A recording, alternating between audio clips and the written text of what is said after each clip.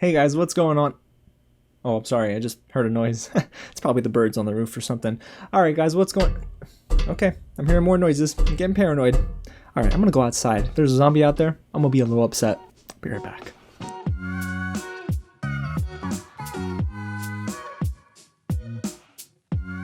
What's going on, you guys? James here with another real review, and today we're getting into Zack Snyder's Army of the Dead, which is streaming exclusively on Netflix this Friday, and it is going through a limited theatrical run, so if you can find it in theaters, I'll tell you whether or not it's worth checking out, and also worth adding to your queue this weekend. Again, it's directed and written by Zack Snyder, and it stars Dave Bautista, Tig Notaro, Omari, Hardwick, and Purnell. If you don't know much about the film, guys, it basically is a zombie heist movie where a group of mercenaries are going into Las Vegas, which is overrun by zombies, to try and steal $200 million from a locked vault. Now, if that sounds fun, trust me, it is. Now, before I get into what worked in this movie and what I didn't like too much about Army of the Dead, if it is your first time here at the channel, guys, welcome to Real James, where I review movies like this early all the time, so you're not going to want to miss out. Go ahead and hit the big red button below, subscribe to the channel, and tap on that bell to help us get to 5,000 subscribers, and smash that thumbs up button if you're a fan of zombie movies and of Zack Snyder. And get loud in the comments below, guys, and let me know which zombie movie is your favorite, and if it is Army of the Dead, that's okay. Alrighty, y'all, so let's get into my review and what works in this movie. And that starts with the fact that this isn't your typical zombie movie, and that is a good thing, guys. This is definitely different from any zombie film I've ever seen. Sure, we've gotten some classics like 28 Days Later, but here, guys, this is different, and Zack Snyder's hand is all over it. His style is everywhere, so if you're a fan of Zack Snyder's style, you're gonna love it, but if you're not, oh boy. But me, guys, I happen to love the way he shoots his films, and Zack Snyder uses a lot of close-up shots, extreme close-up shots, and blurred backgrounds with that crisp bokeh effect. It just adds so much zest and flair to this spectacle and makes it feel so much more than a zombie movie. Also, yes, as you come to expect from a Zack Snyder movie, the soundtrack is aces with a particular song at the end that I absolutely love. But it's not just the soundtrack that works here, guys, it's also the score. The composition by Junkie XL is amazing here. I really enjoyed it, even if sometimes it gets drowned out by all the action on screen. I still think that Zack Snyder and Junkie XL, man, they never miss together. Junkie XL just knows the right moment for a tense composition and then soft instrumentals during incredibly touching scenes. But all of this is also brought together because of the set designs. I mean, they're so cool. That opening credits scene alone was incredible. I've never seen an opening credits moment like that before in my life, and I love the different environments that Zack Snyder played with and the different ways that zombies were killing people. Trust me, it's insane, and when this movie's gory, it's gory, guys. There's enough for zombie fans, and there's enough from people who maybe don't love a zombie movie, but want a little bit more of a layered approach to their zombie films. There's also a lot of personality to this movie, which is woven neatly into the story. And yes, I know on the surface, this film was really just about a group of mercenaries going to steal $200 million from a vault, but thanks to Zack Snyder, this film has a little bit more of a deeper approach, and yes, there's times where we're just patient, we're watching people have a conversation, and the film is so much better for it. This ensemble cast is great all around, and we'll talk about them in a little bit, but the central focus really is on Scott Ward's relationship with his daughter, Kate. Scott Ward, of course, is played by Dave Bautista, and as our lead character here, he is the leader of this team, and both him and his daughter have this really unique connection here. Even though it was severed in the beginning, they have to work through that as the film goes on. So from acts 1 through 3, you see them working together on this. And it also culminates in a beautiful way during the third act. Again, this goes back to that patient approach taken to understanding each character on Scott Ward's team, which made me root for some, made me root against others, but man, I just love the fact that each character, I can tell you, I enjoyed. There are some clear standouts though, guys, and that starts with Dave Bautista himself. I love this approach to the character where he is jaded, but he is still trying to be a good father, and Dave Bautista really is able to harness and grab onto this role in a different way, and in a very surprising way sometimes too. There's a soft, gentle side of him that isn't so gritty, and it bleeds through the screen. And honestly, that's what made his character so likable, and Dave Bautista does a lot of acting with his eyes in this movie that I haven't seen since Blade Runner 2049, and I don't know what it is about his career, but the trajectory is so impressive, and he just keeps taking roles that continue to push him up and up and up, and he challenges himself as an actor, and in here, yes, it is a zombie action movie, but he adds a different amount of emotion that I really connected with. So man, Dave Bautista just continues to crush it. But some other standouts here were Purnell. She is so good in this film. It's funny because she's actually the first character that I noticed and said, whoa, I like where this story is going. So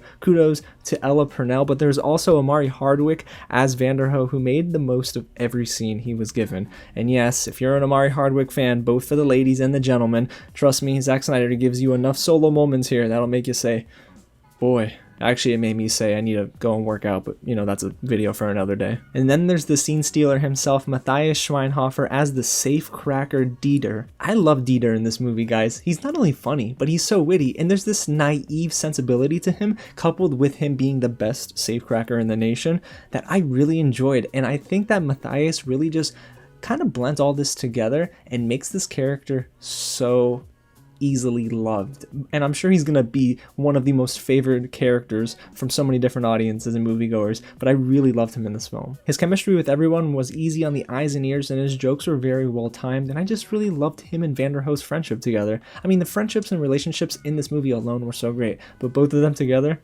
brought a smile to my face more times than once. Oh, and I have to say this before I move on to the next point, guys. Thank God Tig Notaro was brought in to replace Krista Elia, who was taken out of the film for reasons that I'm sure you've heard of, and if you haven't, you should Google it, but just thank goodness, guys, because Tig Notaro is amazing, and I really do believe she was fit for this role, so kudos to Zack Snyder and the crew for going and getting her for this film, and the reshoots, they didn't look anything out of place. They actually looked like they were supposed to be in the movie, so man, I just love the edits there, and yeah, she does a great job. And guys, I was also impressed with the focus on relationships, especially between Scott Ward and Maria, played by Ana de la Reguera.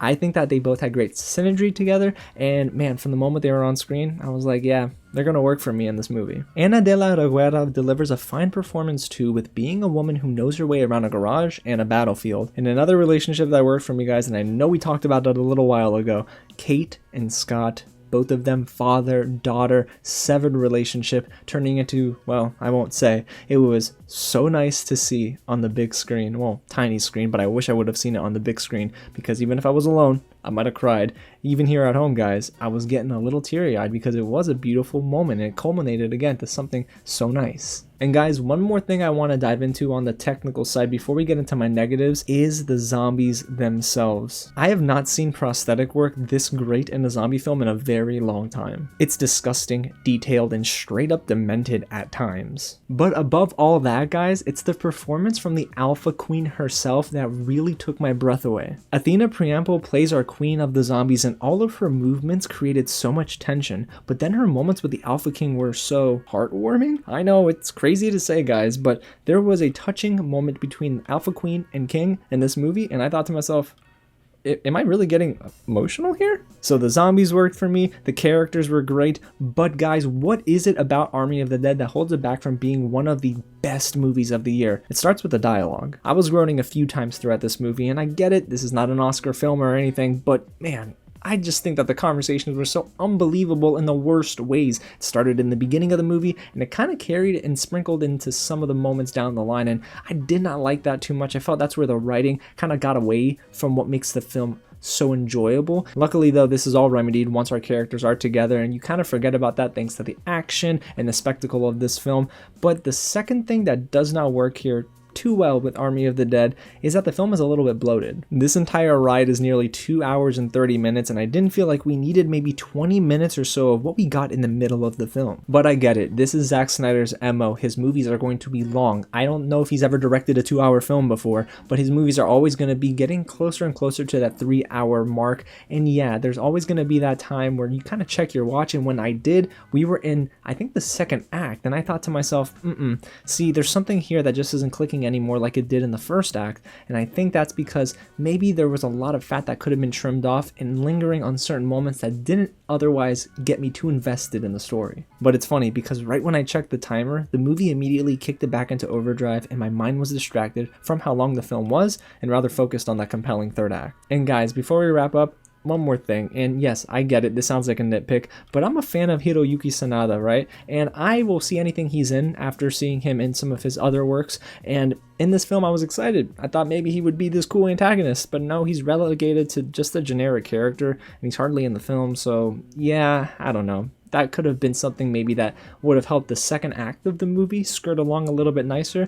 but no, they pretty much just keep him off screen for the most part. But overall, you guys, Army of the Dead is a fun, stylistic adventure through a genre that we've come to know, and honestly, it's a dime a dozen. You can throw a nickel into a lake and hit a zombie movie, but Army of the Dead is a different type of zombie film. Yes, it has that heist element to it, and even though it doesn't really focus on the heist as much until we get closer towards the end of the movie, I really enjoyed how the characters were developed here. The writing took its time, there was a patient approach, and I think this film has a lot of heart and soul. Of course, that's kudos to Dave Bautista and his excellent acting here, and I really enjoyed Ella Purnell, and I do think that Omari, Hardwick, and all the others came together to form such great chemistry and really make this movie feel whole. So even though I watched it on my 32-inch TV, guys, I still got a kick out of this film, and I still felt the vast wideness of this movie. There's a scope here that is just so wide, and I really wish I would have seen it on a big screen, and maybe I will after this review. But honestly, this is a film you're not going to want to miss this weekend, because if you're a fan of zombie movies, or if you're a fan of good action films, this is for you. And honestly, I'm excited to dive deeper into the lore of this world with the upcoming anime Netflix series Army of the Dead Las Vegas. Yeah, I didn't believe it either until I read an article on it. They're having an anime series for this movie in this world.